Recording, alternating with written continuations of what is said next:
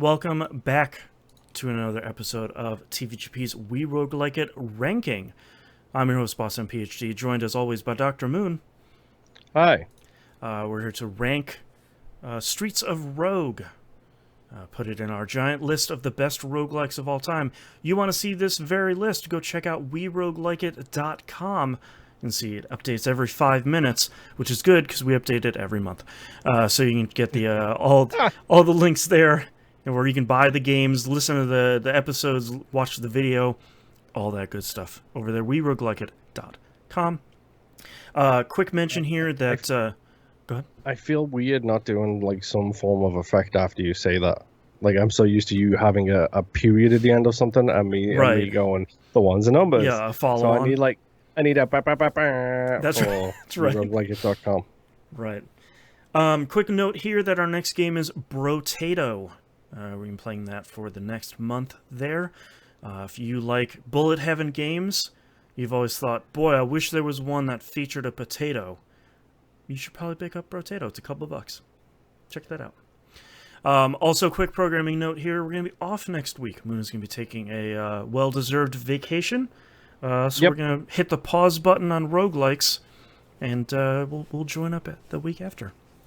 We're going to respawn. That's right. Exactly. All right, so how this goes, if this is the first ranking you've listened to, we're going to talk about our final thoughts of the game overall. We're going to talk about whether or not we're going to continue to play this game once we're done with it, talking about it on the show. And then we're going to fit it here into our giant list of the best roguelikes of all time. WeRoguelikeIt.com. Moon, that's right. Yeah, so we're feeling it out. We're trying it. Moon, what are your final thoughts here for Streets of Rogue? I don't know. Yeah, man. So famously, maybe like 5 or 6 times in our courses of producing content, both myself and yourself, and also me and him for Wayward Sons, patreon.com/E1M1. The ones are numbers. We've started the episode famously, or in Critical Miss's case, started the second half with immediate vibe checks, where it's just like, right. I love this thing so much, I need to know if you're feeling the same. Right. Or I hated this thing so much, I need to know if you're feeling the same. Just pull off the Band-Aid. How do you feel about it? It's going both ways. Right. The vibe check here is, Yeah, like, I don't know. I don't hate it.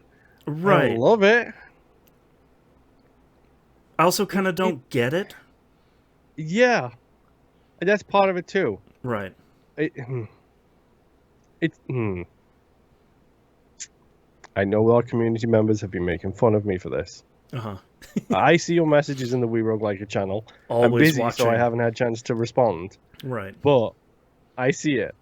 I know it still should be a side scroller. Right. Right. Like,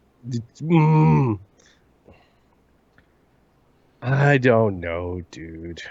I think one of the things that I'm having a hard time with this game overall is, and we've talked about this, I don't know how many times on this show alone, and we will talk about it again in the future, that there are certain games like this that have a reputation, or it has kind of a favorite status, or even like a cult classic status that you can go into and maybe say, you know, for like, here's a perfect example for us, Spelunky.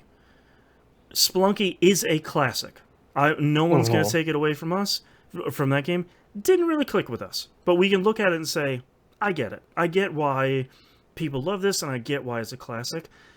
I don't really get that with Streets of Rogue. Like, people seem to really like this game, and people seem to really recommend it.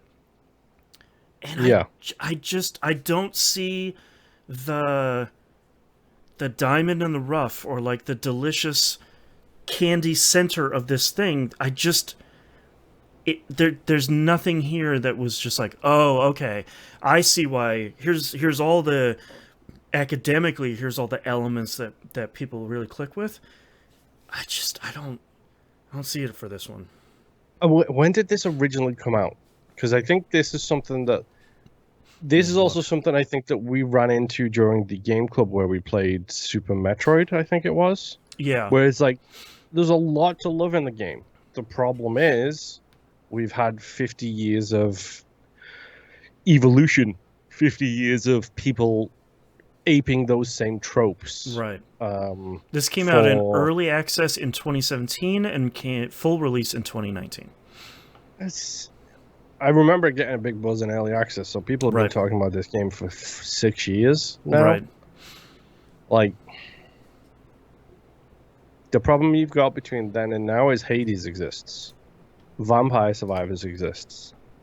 Rogue Legacy exists. It's the Seinfeld problem. Where like Seinfeld isn't funny for a lot of people because every show has done what Seinfeld did in the intervening years. So it's like, yeah, Streets of Rogue. Was Streets of Rogue revolutionary or evolutionary? Potentially, but like when I see everybody talking about this game, they talk about it of like this immersive sim and this like it does, so it does have that kind of quality to it, but the problem I have is immersive sims I put 200 hours into and have one save file. Yeah, immersive sim is not something for me that can really be done in a roguelike because you're gonna die again and again and again, and you can't do the old what is it F5 F6 quick save quick load buttons.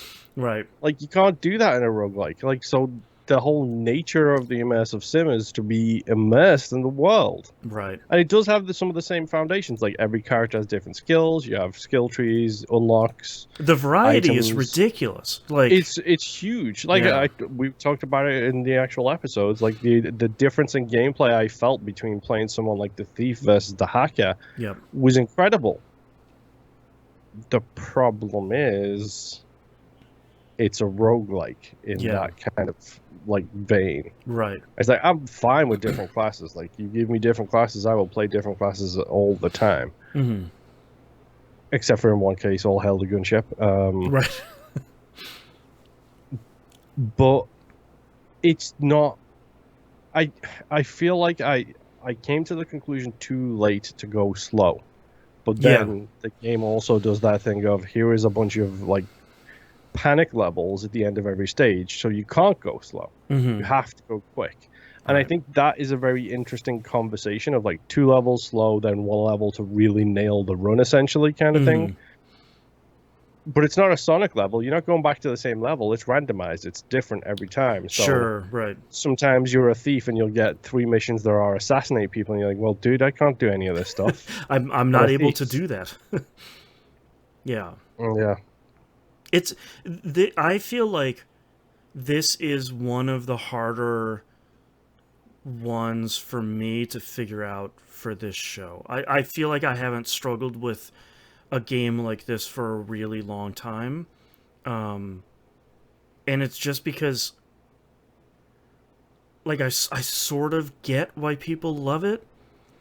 And I love that there are games out there that have this kind of small dedicated audience that just this is a top 5 roguelike of all time for them, and the 95% of other people that are going to play it are going to be like us. It just doesn't click with them. Like we said, it's not a bad game. I don't think it's a bad game in any regard. No, it just and did it can be not genuinely fun to play sometimes. Yeah, but that's 15 minutes in a 2-hour session. Right. Yeah, so I'm going to guess you're probably not going to keep playing it after we're done with this episode. Maybe. Yeah. So the thing, I know I have roguelike friends. I would call them RLFs in the future for reference sakes. I know I have those in my compadre of friends and community members and everything else. I know this game has a co-op feature. I really want to know if it has online co-op. That would be a good one to try. Co-op, I think. If you can find someone that is wants to go at the same pace that you want to go. Speed. Yeah. Yeah. Like I need to know if like is it experience point shared, is progress shared, or Exactly. crime shared? Like Who gets what items? exactly. Yeah. Like there's a lot. Yeah. Yeah, I'm not sure how much I have to add on top of that. I feel like we have been sort of sharing our overall thoughts on this game for a couple weeks now. I'm definitely not going to play this after it. I kind of see what the game is, and I doubt putting any more hours into it is going to make it click with me overall. Yeah. So let's start figuring out where we're going to put this in the giant list of the best roguelikes of all time. We talked here before the show and figured out where to put this. We're going to start at number 45. Is Streets of Rogue better than Dungreed? Another roguelike that just didn't really click with us. Yeah. I would say probably yeah, because I think my memory of Dungreed is the unlocks were a little bit strange, and it didn't feel super satisfying to unlock more stuff or start working towards unlocking stuff. And I give Streets of Rogue a lot of credit. Very clear about how to unlock new character classes or how to spend I unlocked like stuff. 15 characters in 2 weeks because it was just like I highlighted that character and it's like just do a run with this other character. Right. Do a run with this character. Do X, Y, or Z to unlock this character. It's like, yes, complete the first floor with 5 different classes gets you the shapeshifter. Right. Don't know what he does yet, but okay. Right. So I think that for me, I think Streets of Rogue goes over Dungreed. Yeah, I can go with that. Is Streets of Rogue better than Ironcast? So let's talk about Ironcast real quick. Yeah. Because we need to talk about the fact that we have got games on our list which are difficult. Yes. I don't. Every time I see. So we've played bangers recently, so we haven't bumped into Ironcast in a while. Mm-hmm. But every time I see Ironcast on this list, I forget and then remember how ballistically difficult that game is. It's so hard. Oh it is. It's so good. So difficult. Yeah. God. I'm good putting Streets of Rogue above. Streets of Rogue, I can actually get past the second level. Yeah, I think I would agree with that. Is Streets of Rogue better than the Swords of Ditto? Classic. More of a roguelike than the original Swords of Ditto. So. Yeah. That one, again, maybe for new listeners, because I'm looking here, we recorded that in episode 19. That was a cool game that definitely needed some retooling. We haven't gone back to it to play the new version. Updated version, yeah. But that was definitely a game that the lack of variety, I think, really killed it for us. Mm-hmm. So I'd be okay putting Streets of Rogue over Swords of Ditto. Yep. Streets of Rogue better than Gunfire Reborn? Another game that didn't click with us. Although, to be fair, we didn't play it co-op, which seems to be the I'm fine with it going above it people. for that reason alone. Yeah. I'm okay with that. Is Streets of Rogue better than Manaspark? However. Which one was Manaspark? Oh, let me click this link here and see the. Oh yeah, this was the. Oh, it's the GIF. It's the GIF while you when you die. The GIF when you die one, yeah. For the PC at least. Oh, hold on. I think they so. have a brand new game here. Oh. I liked Manaspark quite a lot. Yeah. It's hard. Yeah. I mean, it was very, very difficult. Yeah. And honestly, I think the problem I had is I didn't unlock a whole bunch of characters in Manaspark, but the variety of play available in Streets of Rogue is something genuinely to be impressed with. That's true. Yeah, because I feel like there were some different options for play styles in Manaspark when you start unlocking more characters. there definitely were not the number of unlockable characters as there are in Streets of Rogue, which is not really an expectation, I feel like. Uh-huh. But I feel like there were some differences in Mana Spark, but I don't think as big as maybe in Streets of Rogue here.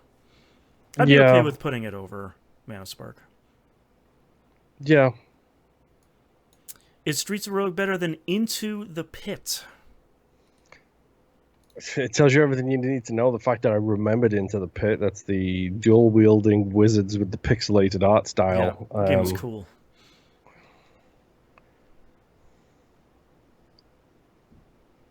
I think this one's tough because I think I like Into the Pit more.